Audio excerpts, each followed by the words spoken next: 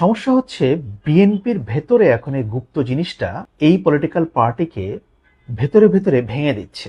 আওয়ামী লীগ কথায় কথায় তাদের যে কাউকে তারা শিবির বলতো বা জামায়াত বলতো, তো সেই বিষয়টা কিন্তু আওয়ামী লীগের জন্য খুব একটা ভালো ফলাফল দেয়নি। বিএনপির ভেতরে অনেকেই এখন কোনো সত্যি কথা বলতেও ভয় পায়, কারণ তার মধ্যে একটা আশঙ্কা থাকে তাকে যদি আবার গুপ্ত হিসেবে ট্যাগ করা হয়।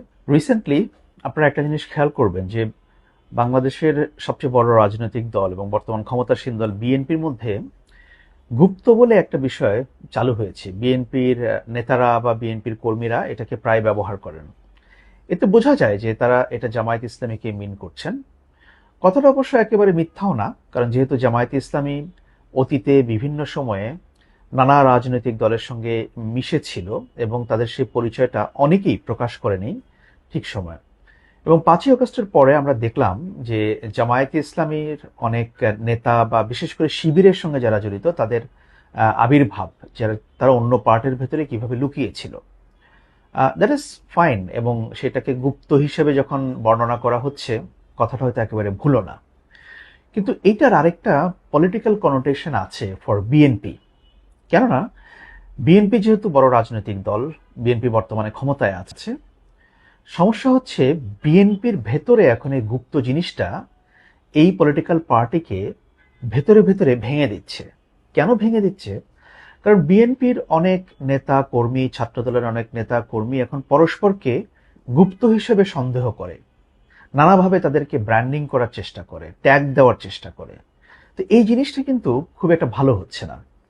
আপনারা দেখবেন, আপনাদের মনে থাকতে পারে যে আওয়ামী লীগের সময়, বিশেষ করে ২০১৪ সালে নির্বাচনের পর থেকে আওয়ামী লীগ কথায় কথায় তাদের যে কাউকে তারা শিবির বলতো বা জামায়াত বলতো।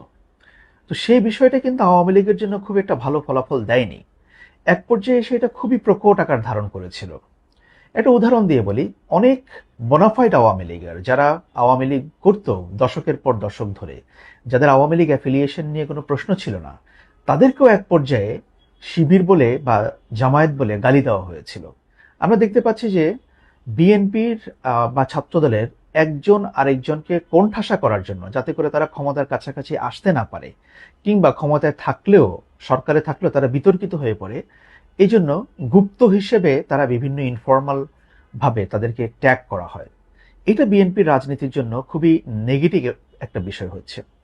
এবং যদি এই প্রবণতা চলতে থাকে, তাহলে বিএনপির ভেতরের লোকজন আর বিএনপির ভালো কাজ বা মন্দ কাজ এটার মধ্যে কোনো পার্থক্য করবে না।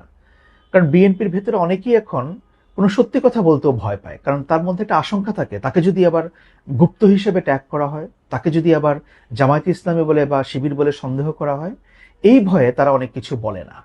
আর যারা সরকারের অংশ হয়েছেন, তাদের ক্ষেত্রে একটা ভয় কাজ করে, যদি আমি যদি কিছু করি অন্যরা আমাকে এই ধরনের ট্যাগ দেয়। সুতরাং বিএনপির ভেতরে দলের শীর্ষ পর্যায় থেকে বা নানাভাবে কথাগুলোকে যেভাবে বলাই হোক না কেন, যদি বিএনপি এই ইস্যুটাকে অ্যাড্রেস করতে না পারে বা ক্রমাগত এই কথাটাকে চালিয়ে যেতে থাকে, তাহলে এটা বিএনপি রাজনৈতিক দলের জন্য খুবই একটা অশনি সংকেত হয়ে উঠবে সামনের দিনগুলোতে। আরেকটা বিষয় হচ্ছে, এই সুযোগটা কিন্তু আওয়ামী লীগের লোকজনও নেবে। আওয়ামী লীগের লোক নতুনভাবে বিএনপি হয়ে বা বিএনপি সমর্থক হয়ে অরিজিনাল বিএনপিকে বলছে এ তো জামায়াতের লোক। তো এটা কি ভালো লক্ষণ? এই অবস্থা যদি চলতে থাকে, তাহলে বিএনপি রাজনৈতিক দল হিসেবে কোথায় যাবে?